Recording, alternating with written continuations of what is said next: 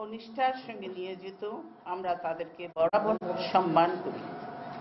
আমি আশা করি দেশ জাতির বর্তমান ক্লান্তি লগ্নে সত্যের প্রতি এই অবিচল নিষ্ঠা আপনার সাহসের সঙ্গে অব্যাহত রাখবেন, কারণ দেশের মানুষ আপনাদের ওপর অনেক বেশি ভরসা করে। প্রিয় সাংবাদিক বৃন্দ, আজ আমি আপনাদের মাধ্যমে দেশবাসীর সামনে চলমান পরিস্থিতির কিছু গুরুত্বপূর্ণ দিক তুলে ধরব। বিশেষ করে রাজধানী ঢাকা ও বন্দরনগরী চট্টগ্রামের 3টি সিটি কর্পোরেশনের নির্বাচন উপলক্ষে আমাদের বক্তব্য রাখব।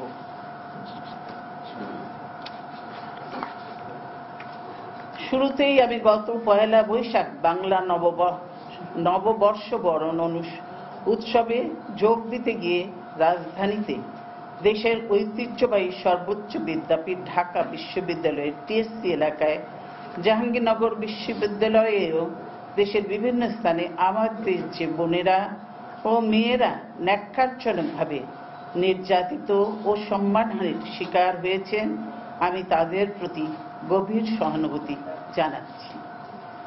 এসব ঘৃণ্য অপরাধীদের শনাক্ত করে দৃষ্টান্তমূলক শাস্তির দাবি করছি।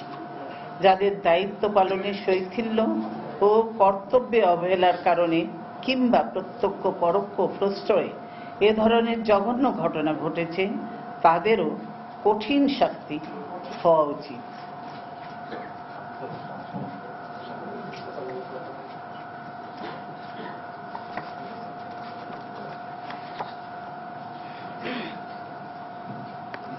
যে সরকার ও প্রশাসন কোনো সামাজিক উৎসবে মানুষের নিরাপত্তা দিতে পারে না, মেয়েদের সম্মান রক্ষা করতে পারে না, এমন ঘৃণ্য ঘটনার প্রতিকার করতে পারে না, তাদের লজ্জিত হওয়া উচিত।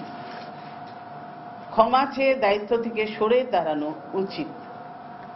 বিএনপির অন্যতম যুগ্ম মহাসচিব সাবেক প্রতিমন্ত্রী সালাউদ্দিন আহমেদ এবং জাতীয়তাবাদী ছাত্র দলের সাবেক সাংগঠনিক সম্পাদক আনিসুর রহমান খোকনকে আইন শৃঙ্খলা বাহিনীর সদস্যরা ধরে নিয়ে গিয়েছে।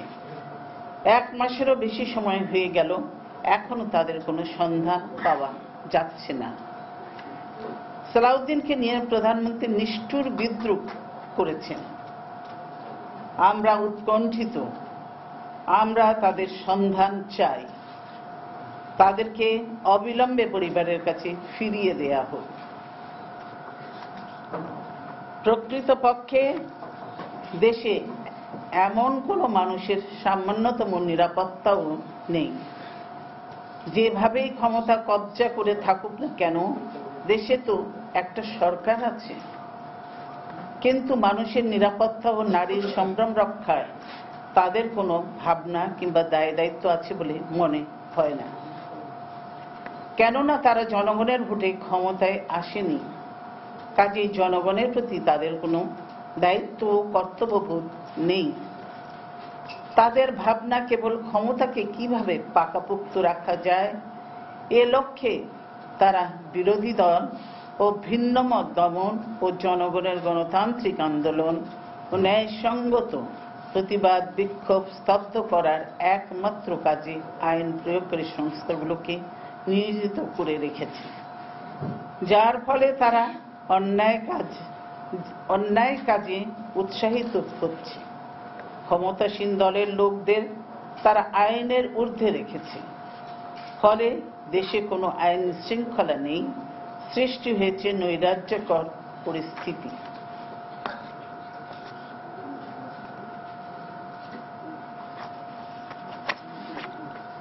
ঢাকার কাছে আশুলিয়ায় দুর্ধর্ষ ব্যাংক ডাকাতির সময় 8 জন নিহত হওয়ার ঘটনা এই পরিস্থিতির সাম্প্রতিকতম উদাহরণ।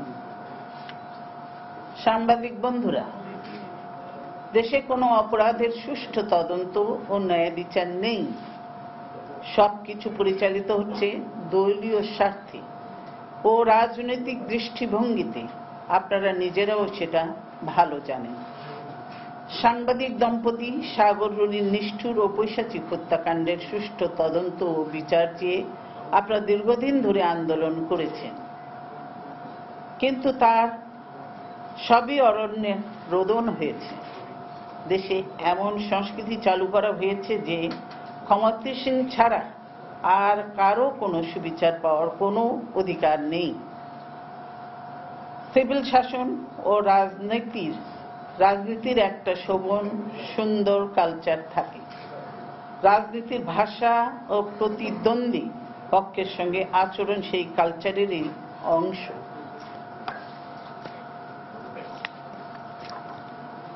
বর্তমান ক্ষমতাসীনেরা সেই কালচার শেখেনি, কাউকেই তারা সম্মান করতে জানে না, ফলে তাদেরকেও কেউ সম্মান করে না।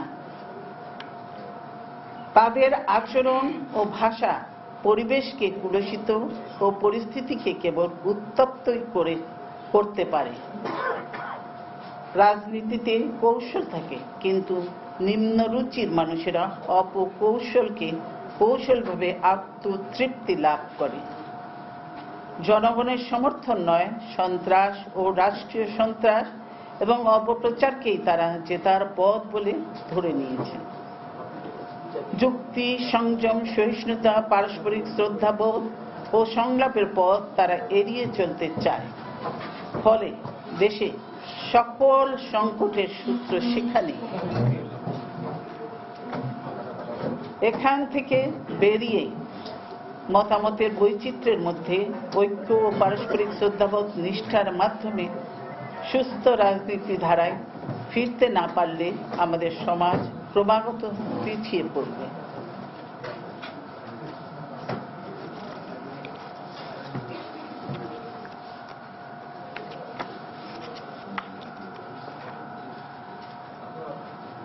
দেশের মানুষ গণতন্ত্র প্রিয়। আমাদের মহান স্বাধীনতা যুদ্ধের অন্যতম আকাঙ্ক্ষা ছিল একটি গণতান্ত্রিক স্বদেশ। এই গণতন্ত্রের জন্য বাংলাদেশের মানুষকে বারবার রক্ত দিয়েছে, সংগ্রামে জয়ী হতে হয়েছে। সেই গণতন্ত্রকে আজ আবার হত্যা করা হয়েছে। বাংলাদেশকে আজ সন্ত্রাসী রাষ্ট্রে পরিণত করা হয়েছে। এই সন্ত্রাসী রাষ্ট্রকে আবার গণতান্ত্রিক রাষ্ট্রে পরিণত করতে হবে। আসুন সবাই মিলে সেই পথে অগ্রসর হই, দেশ ও জনগণকে বাঁচাই। প্রিয় সাংবাদিক বৃন্দ, সকলেই জানেন যে ক্ষমতাসীন ছাড়া দেশের প্রায় সকল রাজনৈতিক দল এবং বেশিরভাগ মানুষের দাবি হচ্ছে নিরপেক্ষ ও সকলের কাছে গ্রহণযোগ্য একটি সরকারের অধীনে অংশগ্রহণমূলক জাতীয় নির্বাচন।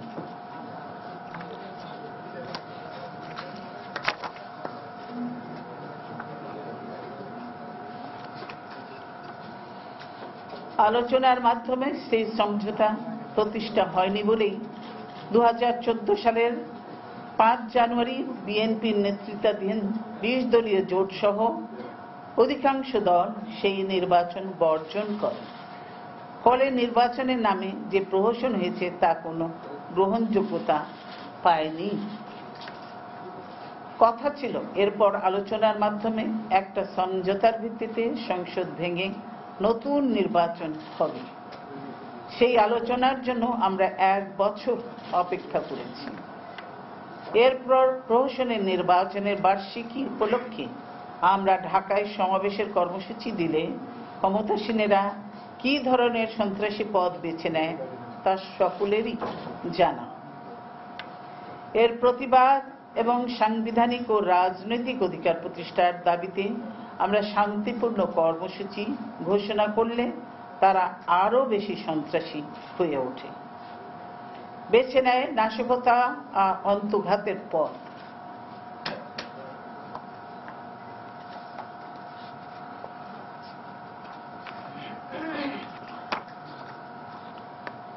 আমাদের শান্তিপূর্ণ আন্দোলনের কর্মসূচি মোকাবেলায় ক্ষমতাসীনেরা ঘৃণ্য অপকৌশল অবলম্বন করেছে। আমাকে অবরুদ্ধ করে রাখে, আমাদের দল জোটের সিনিয়র নেতাকর্মীদের মিথ্যা মামলা দিয়ে কারাগারে নিক্ষেপ করে। কোনো নেতা বিএনপির পক্ষ থেকে কথা বললেই তাকে আটক অথবা গুম করে ফেলে। আমাদেরকে সভা সমাবেশ করতে দেয়া হয়নি।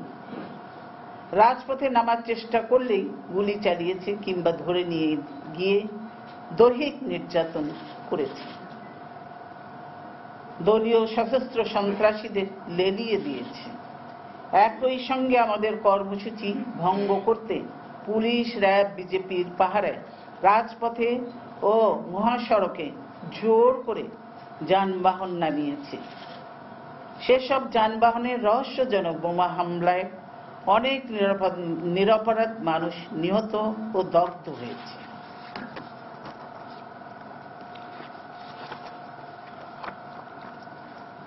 সশস্ত্র প্রহরায় চলাচলরত যানবাহনে কিভাবে এমন হামলা হয়েছে এবং ঘটনাস্থল থেকে কেন অপরাধীরা ধরা পড়েনি তা আজও রহস্যে ঢাকা। তবে প্রতিটি ঘটনায় মিথ্যা মামলা দিয়ে বিরোধী দলের নেতা কর্মীদের তাদের বাড়িঘর থেকে ধরে নিয়ে যাওয়া হয়েছে। অনেককে বিনা বিচারে নির্মমভাবে হত্যা করা হয়েছে। নৃশংস নির্যাতন চালিয়ে পঙ্গু করা হয়েছে অনেক তরুণকে। বিরোধী দলের কর্মীদের ধরে পুলিশে দিয়ে মিথ্যে মামলা সাজানোর সুযোগ করে দিয়েছে। ছাত্রলীগের সন্ত্রাসীদের আর্থিক পুরস্কারও দেয়া হয়েছে। অথচ অস্ত্র, গুলি, বোমাসহ ক্ষমতাসীন দলের অনেকে ঘটনাস্থল থেকে ধরা পড়ার পর উপরের নির্দেশে তাদেরকে ছেড়ে দেয়া হয়েছে। আর আমাদেরকে কথা বলার সুযোগ না দিয়ে বিরোধী দলের বিরুদ্ধে চালানো হয়েছে একতরফা অসত্য প্রচারণা।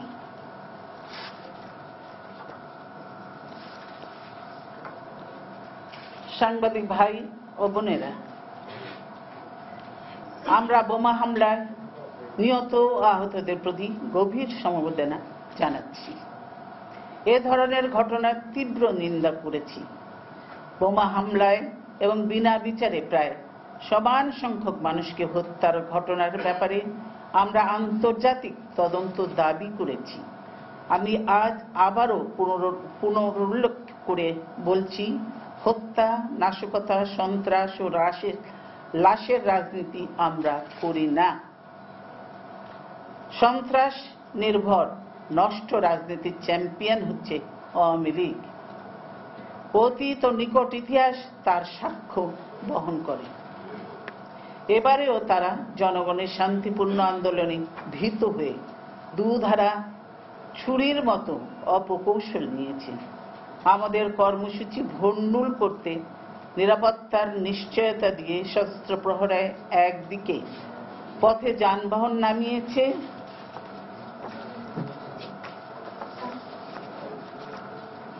অপরদিকে সেই যানবাহনে বোমা হামলায় মানুষ হত্যা করে তার দায় বিরোধী দলের উপর চাপিয়ে হত্যা, নির্যাতন, গণগ্রেফতার ও একতরফা অপপ্রচারের পথ উন্মুক্ত করেছে।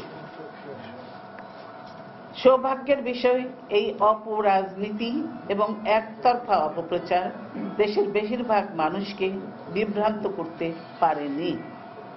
কারণ তারা জানে এবং দেখে আসছে যে সন্ত্রাস নির্ভর নষ্ট রাজনীতি ও অপপ্রচারে আওয়ামী লীগ কতটা পারদর্শী।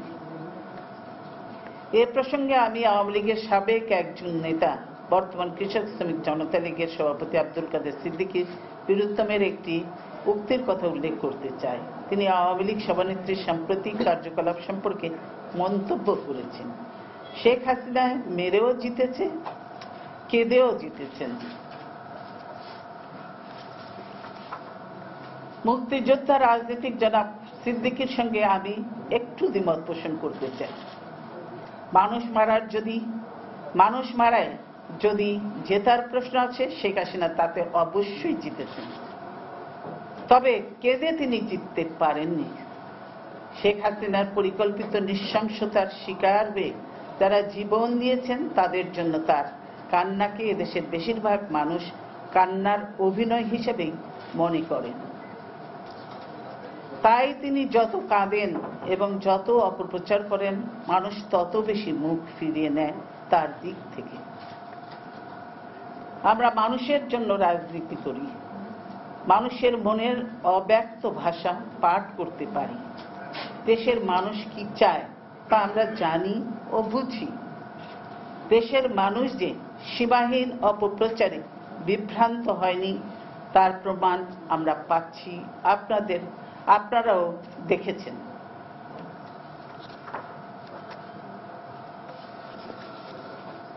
সিটি কর্পোরেশন নির্বাচন উপলক্ষে আমাদের সমর্থিত প্রার্থীর পক্ষে এই নগরীতে কদিন জনসংযোগে নেমে জনগণের যে আবেগ ও উচ্ছ্বাস দেখেছি তাতে আমি অভিভূত। মানুষ উদ্বেলিত, পরিবর্তন কামনায় অধীর। আমি যেদিকেই গিয়েছি বাঁধ ভাঙা স্রোতের মতো মানুষ নেমে এসেছে, উচ্ছ্বসিত হয়েছে ভয় ভীতি উপেক্ষা করে। গণজোয়ার দেখে আওয়ামী লীগ দিশেহারা হয়ে পড়েছে, তাদের সব হিসাব নিকাশ পাল্টে গেছে।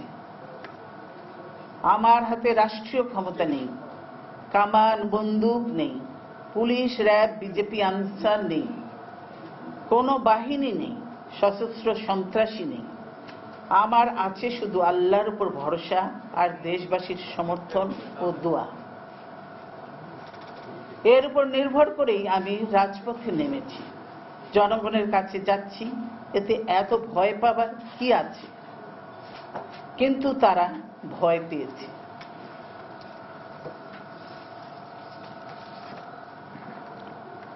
এতদিন তারা প্রচার করত যে আমি নাকি জনবিচ্ছিন্ন হয়ে গেছি, বিএনপি 20 দলীয় জোটের কোনো জনসমর্থন নেই। কিন্তু আমি জনসংযোগে নামতেই যে দৃশ্যের অবতারণা হয়েছে তাতে তাদের এতদিনকার সব প্রচারণা মিথ্যে হয়ে গেছে। তাই প্রধানমন্ত্রী ও মন্ত্রীরা প্রকাশ্যে আমার বিরুদ্ধে উস্কানিমূলক বক্তব্য রেখেছেন। তাদের নেতা কর্মী সমর্থক সশস্ত্র সন্ত্রাসীদের আমার বিরুদ্ধে লেলিয়ে দিয়েছেন।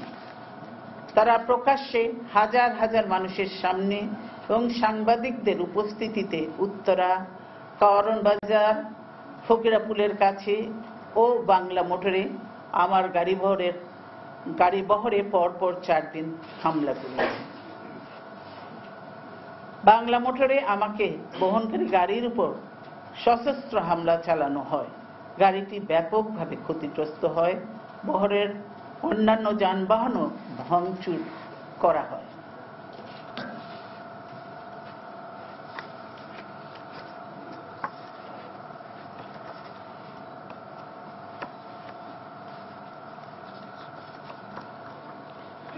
হামলায় আমার অন্যতম উপদেষ্টা, প্রাক্তন সচিব ও পুলিশের সাবেক আইজি আব্দুল কাইয়ুম আহত হন। মারাত্মক জখম করা হয় আমার 2 জন নিরাপত্তা রক্ষী সহ বেশ কয়েকজন সাংবাদিক ও নেতা কর্মীকে। হামলায় ছাত্রলীগের কেন্দ্রীয় নেতারা অংশ নেয় এবং হামলাকারীদের পুলিশ পুরোপুরি সহযোগিতা করে। সবচেয়ে মারাত্মক হামলার ঘটনা ঘটেছে কারওয়ান বাজারে। সেখানে আগ্নেয়াস্ত্র ও দেশীয় অস্ত্র নিয়ে সন্ত্রাসীরা অতর্কিতে হামলা চালায়, বহরের অনেকগুলো গাড়ি ভেঙে ফেলে। বিএনপির ভাইস চেয়ারম্যান সেলিমা রহমান সহ কয়েকজন নিরাপত্তা রক্ষী, কর্তব্যরত সাংবাদিক ও নেতা কর্মী আহত হন। পুলিশ ছিল নীরব দর্শক। সশস্ত্র সন্ত্রাসীরা আমাকে লক্ষ্য করে গুলি ছোড়ে। আমি তখন সবেমাত্র গাড়িতে উঠে বসেছি। আমি যে পাশে বসা ছিলাম তার অপর পাশেই গাড়ির জানালার কাঁচে গুলি লাগে।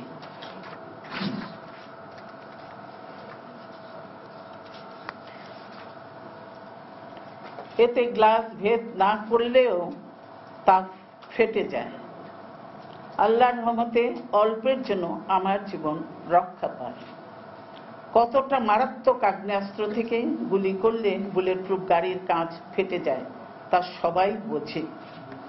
এটা যে আমাকে হত্যা করার উদ্দেশ্যে পরিচালিত সুপরিকল্পিত হামলা ছিল তাতে কোনো সন্দেহ নেই। প্রতিটি হামলার ঘটনাই প্রধানমন্ত্রী ও মন্ত্রীদের সরাসরি উস্কানির ফল এবং সুপরিকল্পিত। এসব হামলায় আওয়ামী লীগ, ছাত্রলীগ, যুবলীগ ও শ্রমিক লীগের সশস্ত্র সন্ত্রাসীরা অংশ নেয়। সংবাদপত্রে ও টেলিভিশনের সচিত্র প্রতিবেদনে হামলাকারীদের অনেকের চেহারা স্পষ্ট, অনেকের নাম ধাম ও সাংগঠনিক পরিচয় আপনাদের রিপোর্টেই তুলে ধরা হয়েছে। টিভি ফুটেজ ও হামলাকারীদের স্পষ্ট চেনা গেছে। সন্ত্রাসীরা কেউ কেউ সাংবাদিকদের কাছে হামলায় অংশ নেয়ার কথা প্রকাশ্যে স্বীকারও করেছে।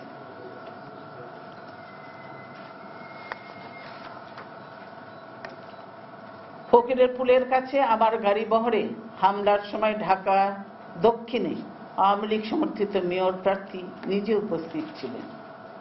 সে ছবি সংবাদপত্রে এসেছে।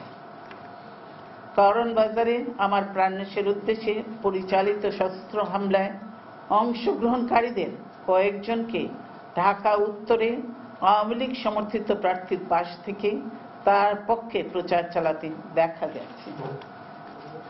এই হামলাকারীদের কাউকে কাউকে প্রধানমন্ত্রী, স্বরাষ্ট্র প্রতিমন্ত্রী ও পুলিশের বিতর্কিত কর্মকর্তাদের পাশের ছবিতে দেখা গেছে। কাজে এসব পরিকল্পিত হামলার উৎস ও যোগসূত্র বুঝতে কারো কষ্ট হয় না। আমাকে হত্যার উদ্দেশ্যে বারবার হামলা চালানো সত্ত্বেও একজন সন্ত্রাসীকেও এখন পর্যন্ত ধরা হয়নি। বরং যারা আক্রান্ত ও আহত হয়েছে তাদের বিরুদ্ধেই মামলা দেয়া হয়েছে।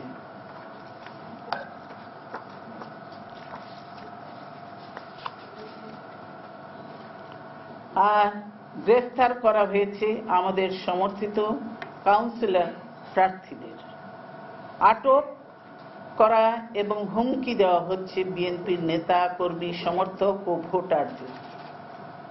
আমার প্রাণনাশের লক্ষ্যে দলীয় সন্ত্রাসীদের হামলার পর প্রধানমন্ত্রী এই ঘটনাকে যেভাবে নাটক আখ্যা দিয়েছেন এবং স্বরাষ্ট্র প্রতিমন্ত্রী যেভাবে ব্যাখ্যা দিয়েছেন তাতে আমি গভীরভাবে মর্মাহত।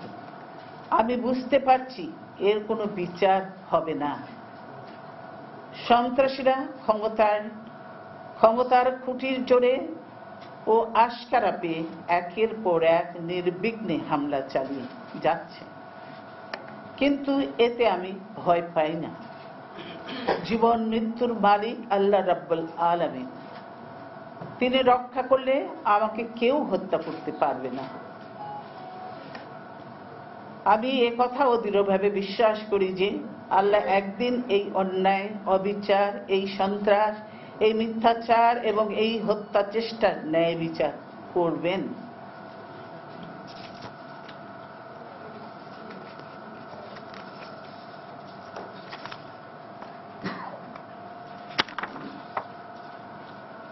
আমি আমার প্রিয় দেশবাসী, বিশেষ করে ঢাকাবাসীকে বলবো, আপনারা দেখছেন ক্ষমতার দম্ভে আমার সঙ্গে কি ধরনের আচরণ করা হচ্ছে। আমার স্বামী শহীদ প্রেসিডেন্ট জিয়াউর রহমান দেশকে ভালোবেসে এবং জনগণের কল্যাণে কাজ করতে গিয়ে জীবন দিয়েছেন। অল্প কিছুদিন আগে আমি আমার আদরের ছোট ছেলেটিকে চিরকালের জন্য হারিয়েছি।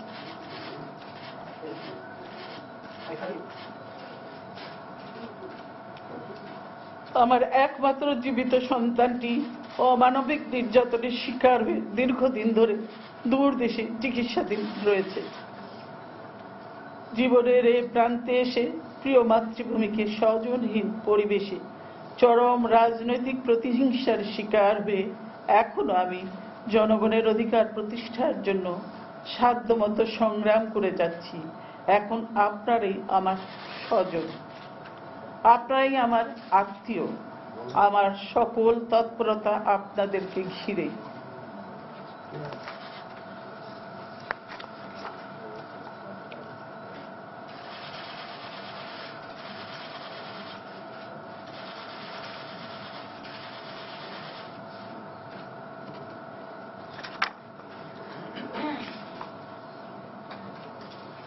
তাই সব অন্যায় অত্যাচারের প্রতিকার ও উপযুক্ত জবাব দেওয়ার ভার আজ আমি আপনাদের ওপরেই অর্পণ করলাম।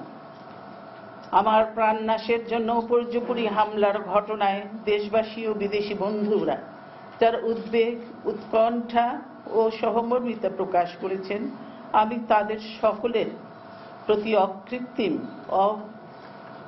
প্রতি অপরিসীম কৃতজ্ঞতা ও ধন্যবাদ জানাচ্ছি। আমি ধারাবাহিক এসব হামলা ও নির্বাচনী প্রচার কাজে বাধা দেওয়ার বিরুদ্ধে পক্ষপাতদুষ্ট নির্বাচন কমিশন কোনো পদক্ষেপ নেওয়া দূরে থাকুক, শব্দটি পর্যন্ত করেনি। উপস্থিত সাংবাদিক বন্ধুরা, আপনারা জানেন গণতান্ত্রিক সাংবিধানিক ও রাজনৈতিক অধিকার হরণের প্রতিবাদে আমাদের আন্দোলন চলাকালে আকস্মিকভাবে ঢাকা ও চট্টগ্রাম 3টি সিটি কর্পোরেশনের নির্বাচন ঘোষণা দেওয়া হয়।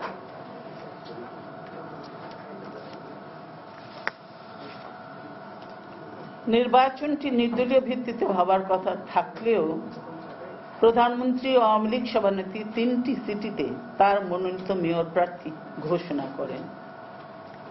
তারা হয়তো ভেবেছিলেন তাদের সর্বব্যাপী আক্রমণে পর্যদস্ত বিএনপি সিটির নির্বাচন থেকে দূরে থাকবে, কিন্তু আমরা সিনিয়র সিটিজেন ও পেশাজীবীদের মনোনীত প্রার্থীকে 3টি সিটি কর্পোরেশনে সমর্থন দিয়ে এই নির্বাচনে যুক্ত হওয়ার সিদ্ধান্ত নিই। এই নির্বাচন অনুষ্ঠিত হচ্ছে সেই সরকারের অধীনে যারা ভোটারবিহীন নির্বাচনী প্রহসনে রাষ্ট্র ক্ষমতা কবজা করেছে। এই নির্বাচন হচ্ছে চরম পক্ষপাতদুষ্ট ঠুটো জগন্নাথ নির্বাচন কমিশনের পরিচালনা।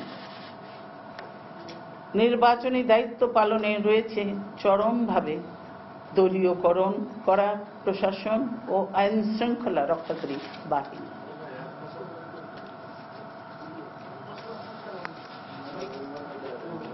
কাজে এই নির্বাচন কতটা সুষ্ঠু হবে সে সন্দেহ দেশবাসীর মতো আমাদেরও ছিল এবং আছে। তা সত্ত্বেও আমরা কয়েকটি কারণে এই নির্বাচনে প্রতিদ্বন্দ্বী প্রার্থীদের সমর্থন দেওয়ার সিদ্ধান্ত নিই।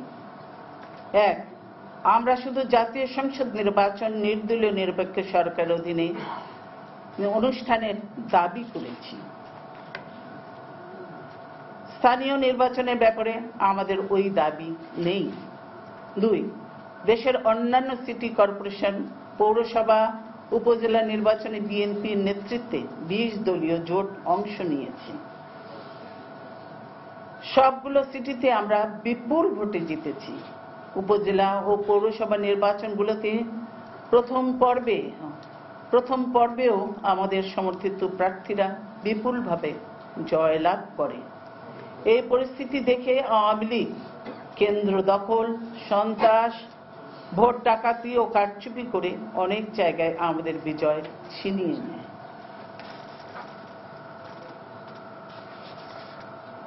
তবে জনগণের বিপুল সমর্থন যে বিএনপি ও 20 দলীয় জোটের প্রতি রয়েছে তা সবগুলো নির্বাচনে স্পষ্ট হয়ে ওঠে।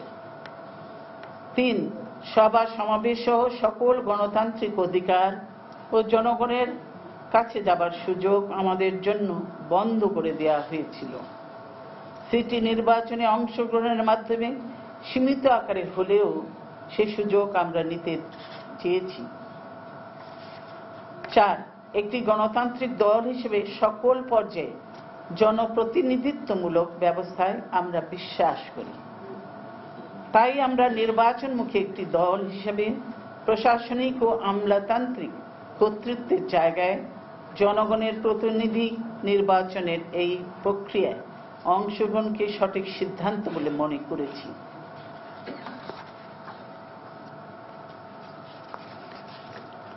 5, একদলীয় শাসন থেকে শহীদ প্রেসিডেন্ট জিয়াউর রহমান বহুদলীয় গণতন্ত্র প্রবর্তন করেন।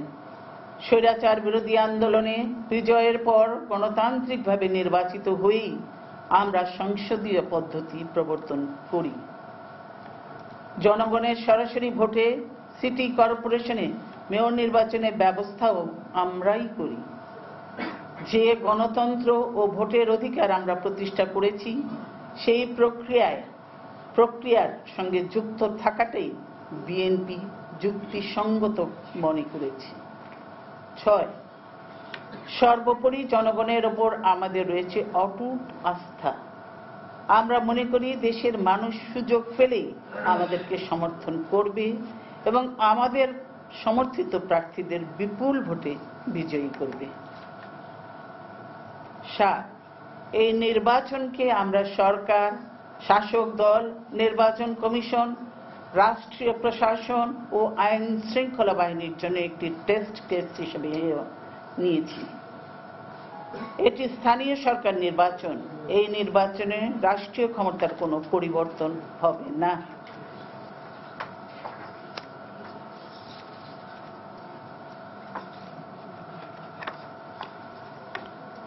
এমন একটি নির্বাচনেও যদি তারা যথাযথ আচরণ না করে, যদি সকল পক্ষের জন্য সুযোগের সমতা সৃষ্টি না করে, যদি নিরাপদ, সুষ্ঠু, শান্তিপূর্ণ, উৎসবমুখর পরিবেশ নিশ্চিত করতে না পারে এবং যদি সন্ত্রাস, ডাকাতি, কারচুপির মাধ্যমে তারা জনগণের রায়কে বদলে ফেলে, তাহলে সকলের কাছে আবারও স্পষ্টভাবে প্রমাণিত হবে যে এদেশে এদের অধীনে সুষ্ঠু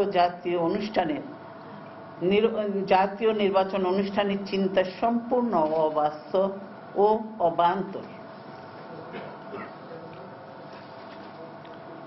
প্রিয় সাংবাদিকবৃন্দ, এ পর্যন্ত আপনারা যা দেখেছেন তাতে নিশ্চয়ই বুঝতে পেরেছেন যে এই টেস্ট কেসে সরকার, ক্ষমতাসীন দল, নির্বাচন কমিশন, প্রশাসন ও আইন শৃঙ্খলা বাহিনীর শোচনীয়ভাবে ফেল করে ফেলেছে প্রতিটি ক্ষেত্রে এবং প্রতিটি পদক্ষেপে।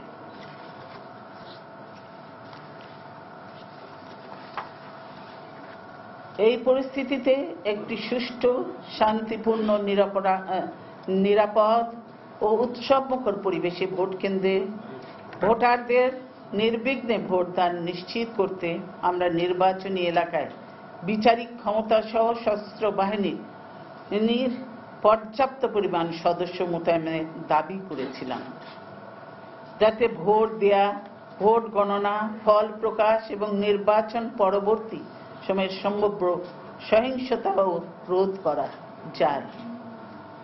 কারণ জাতীয় প্রতিষ্ঠান হিসেবে সশস্ত্র বাহিনীর ওপর সকলের আস্থা রয়েছে। বিভিন্ন দেশে নির্বাচনকালীন দায়িত্ব নিরপেক্ষভাবে সাহসিকতার সাথে পালনের ব্যাপারে এই বাহিনীর গৌরবোজ্জ্বল ঐতিহ্য স্থাপন করেছে। নিজের দেশেও তারা সফলভাবে নির্বাচনী দায়িত্ব পালন করেছে এবং এখনো করতে পারবেন বলে আমরা মনে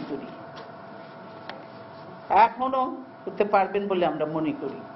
দুর্ভাগ্যের বিষয়, ক্ষমতাসীনদের ইঙ্গিতে তাদের ভোট ডাকাতির পরিকল্পনার দোসর হয়ে আজ্ঞাবহ নির্বাচন কমিশন সেনা মোতায়েনের কথা বলে এক ধূর্ত অপকৌশলের আশ্রয় নিয়েছে।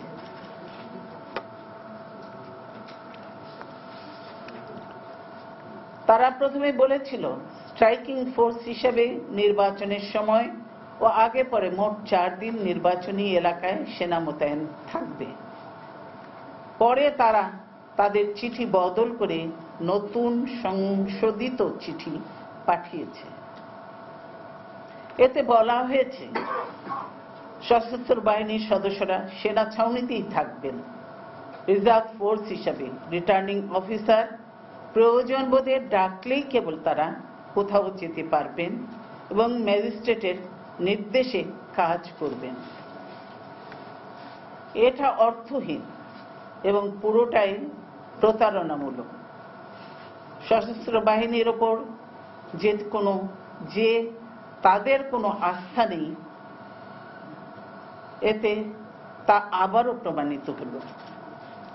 প্রমাণিত হলো যে আওয়ামী লীগ সন্ত্রাস, ভোট ডাকাতি ও কারসাজির মাধ্যমে নির্বাচনের ফলাফল পাল্টে ফেলার এবং ভোটারদের ভয়ভীতি দেখানোর যে পরিকল্পনা এঁটেছে তা বাস্তবায়নের ক্ষেত্রে সশস্ত্র বাহিনীকে তারা বাধা বলে মনে করছে।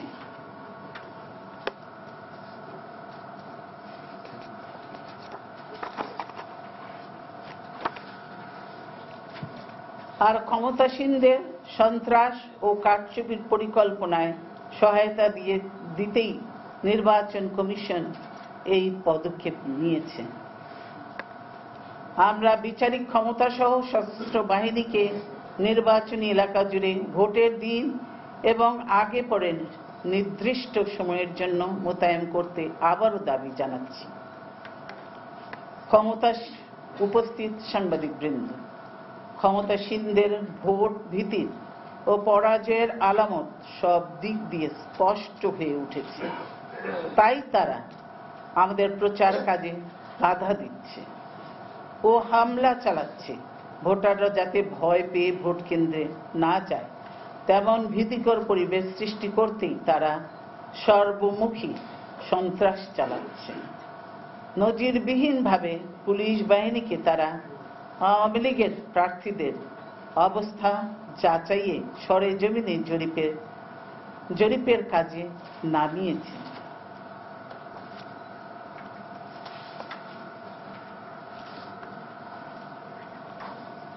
বিরোধী প্রার্থী ও ভোটারদের হয়রানির দায়িত্ব পুলিশকে দেয়া হয়েছে। পুলিশ ও সরকারি দলের সন্ত্রাসীরা বাড়ি বাড়ি গিয়ে বিএনপি সমর্থিত প্রার্থীদের পোলিং এজেন্টদেরকে হুমকি দিচ্ছে। সরকারি, আধা সরকারি, স্বায়ত্তশাসিত সংস্থার কর্মচারী ও শিক্ষক শিক্ষিকাদেরকে মন্ত্রী এমপিরা সরকার সমর্থক প্রার্থীদেরকে পক্ষে প্রচারণায় নামাতে বাধ্য করছেন। আওয়ামী লীগ সমর্থিত প্রার্থীরা অবাধে টাকা ছড়াচ্ছে। নিম্নবিত্ত বস্তি এলাকায় গরিব মানুষের ভোট কেনার অভিযোগও তাদের বিরুদ্ধে পাওয়া যাচ্ছে। এ ধরনের চরম প্রতিকূল পরিস্থিতিতেও আমরা সন্ত্রাস ও অপকৌশলের বিরুদ্ধে শান্তিপূর্ণভাবে লড়ে যেতে চাই। কারণ আমরা দৃঢ়ভাবে বিশ্বাস করি ঢাকা ও চট্টগ্রামের মানুষ একটুখানি সুযোগ পেলেই নীরব ভোট বিপ্লব ঘটিয়ে এসব অপতৎপরতা ও অত্যাচারের বদলা নেবে, উপযুক্ত জবাব দেবে।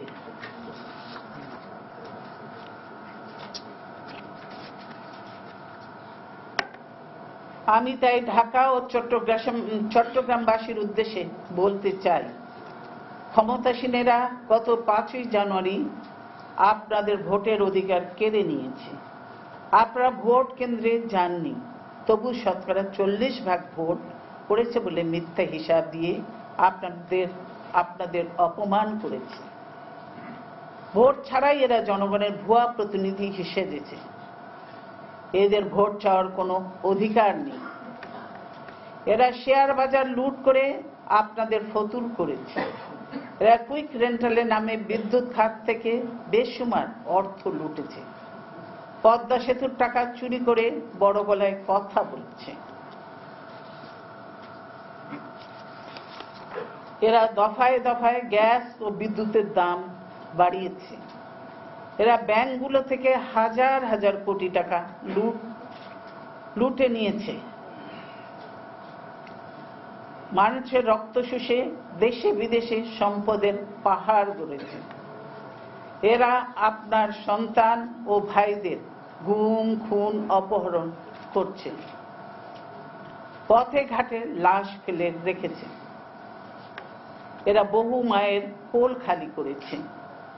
অনেক বধূকে স্বামী হারা করে, অনেক মাকে সন্তান হারা, অনেক বোনকে ভাই হারা করেছে। রক্ত পিপাসু এই শাসকদের হত্যা নির্যাতনের ঘরে ঘরে আজ কান্নার রোল। ঢাকা নগরীকে এরা দ্বিখণ্ডিত করেছে, কিন্তু সেবা খাতে সমন্বয়ের কোনো ব্যবস্থা করেনি।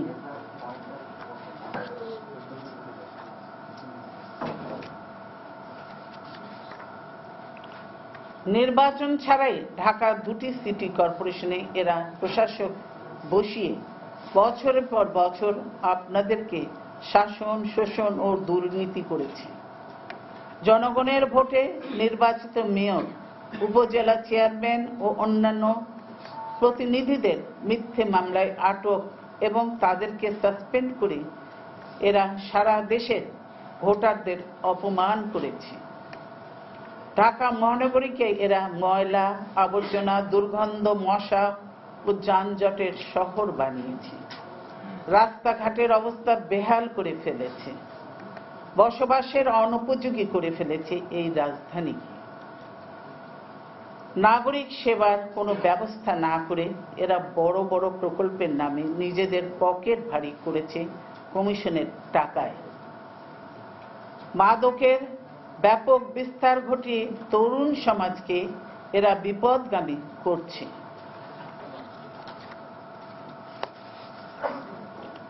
রানা প্লাজা বিপর্যয়ে এরা বহু শ্রমজীবী মানুষের জীবন নিয়েছে।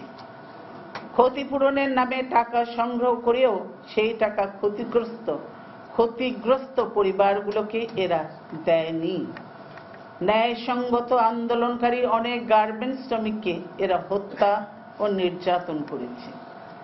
রাজধানী ঢাকায় হেফাজতের সমাবেশে রাতের অন্ধকারে হামলা করে এরা এতিম ও আলেমদের রক্ত নিয়েছে। এরা হিন্দু সম্প্রদায়ের উপর নির্যাতন করেছে। তাদের মন্দিরের প্রতিমার স্বর্ণালংকার ও অর্থ লুট করেছে ও বাড়িঘর জ্বালিয়ে দিয়েছে। পরিকল্পিত পন্থায় দাঙ্গা বাঁধিয়ে রামুতে এরা বৌদ্ধ সম্প্রদায়ের মন্দির ধ্বংস করেছে। আওয়ামী লীগ ছাড়া সারা দেশের মানুষকে এরা দ্বিতীয় শ্রেণীর নাগরিকে পরিণত করেছে। সম্মানিত নাগরিকদের এরা অপমান করেছে।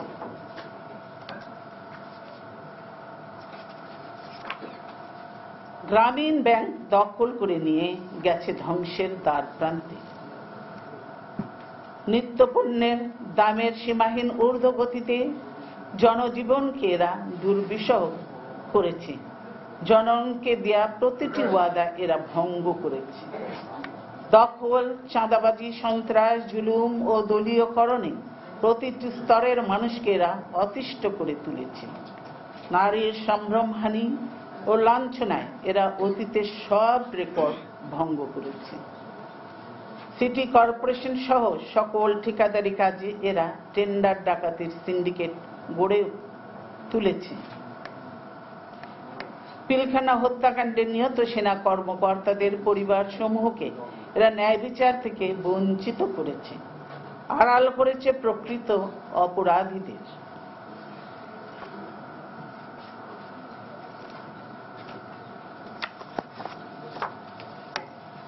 এদের মদতে নারায়ণগঞ্জে র্যাব কর্মকর্তারা 11 খুনের পৈশাচিক ঘটনা ঘটিয়েছে। বিদেশি অতিথিদের দেয়া স্বর্ণপদকের সোনাও এরা চুরি করে সারা দুনিয়ায় বাংলাদেশকে কলঙ্কিত করেছে। এরকম কত অপকর্ম যে এরা করেছে চলেছে তার ইয়ত্তা নেই। এত সব অপরাধের বিরুদ্ধে আমি ঢাকা ও চট্টগ্রামবাসীকে আগামী 28শে এপ্রিল মঙ্গলবার নীরব প্রতিশোধ নেওয়ার আহ্বান জানাচ্ছি। আপনাদের ভোট অন্যায়ের বিরুদ্ধে এক বিরাট শক্তি। ভোট হচ্ছে জনগণের এক বিরাট ক্ষমতা। সঠিকভাবে সেই ক্ষমতা প্রয়োগ করুন, নীরব বিপ্লব ঘটান।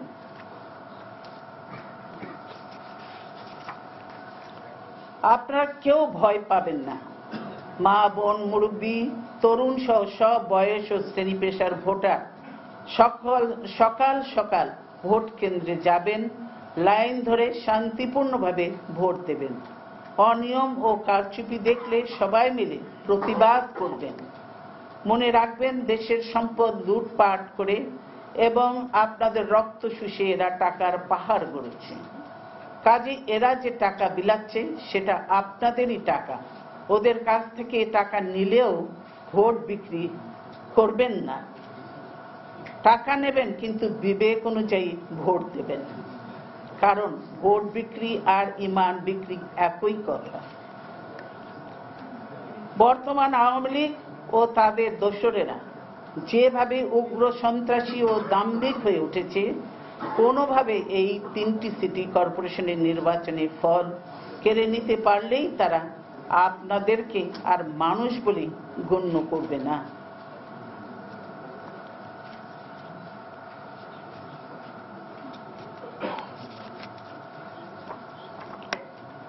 জোর করে বিজয় ছিনিয়ে নিয়ে গেলে মা বোনেরা নিরাপদে থাকতে পারবেন না, ব্যবসায়ীরা ঠিক মতো ব্যবসা করতে পারবেন না, প্রবীণ ও সম্মানিত নাগরিকদের সম্মান থাকবে না, তরুণদের ভবিষ্যৎ ধ্বংস হয়ে যাবে, তারা আরো বিপদগামী হবে, শিক্ষাঙ্গন আরো কুলসিত ও সন্ত্রাস কবলিত হবে।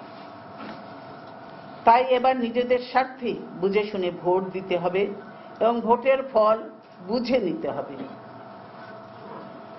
আমি নগরবাসীর প্রতি আবেদন করছি, আপনারা দয়া করে ঢাকা দক্ষিণে আমাদের সমর্থিত প্রার্থী মির্জা আব্বাসকে মগ মার্কায়, ঢাকা উত্তরে তাবিদ আউয়ালকে বাস মার্কায় এবং চট্টগ্রামে মঞ্জুর আলমকে কমলা লেবু মার্কায় ভোট দিন। কাউন্সিলর ও মহিলা কাউন্সিলর পদেও আমাদের সমর্থিত প্রার্থীদের ভোট দিন।